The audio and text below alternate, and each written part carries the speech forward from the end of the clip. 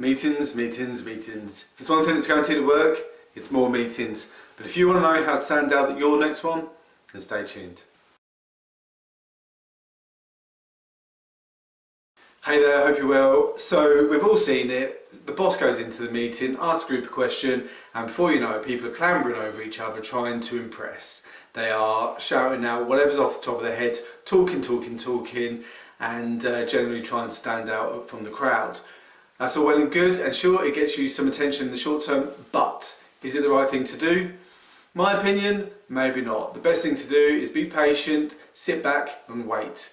The smart person knows that actually it's better to let everybody else have their say whilst you're sitting there, compose your thoughts, think about what you want to say and how you're going to say it in a concise way, so that when you do speak up, you can put across your argument in a very strong, considered way, having taken on board the various discussions going on in the room, having heard the pros and cons for each argument, gauging the reaction of various people in the room, particularly the boss, so that when you do make your point, everyone else in that room turns around and says, "Oh yeah, I didn't think of that. That's a good point. I agree. I 100% agree. That's the way we should do it." Of course, bear in mind that if you do want to put your point across, then don't be too patient to the point where everybody's moved on to the next agenda item.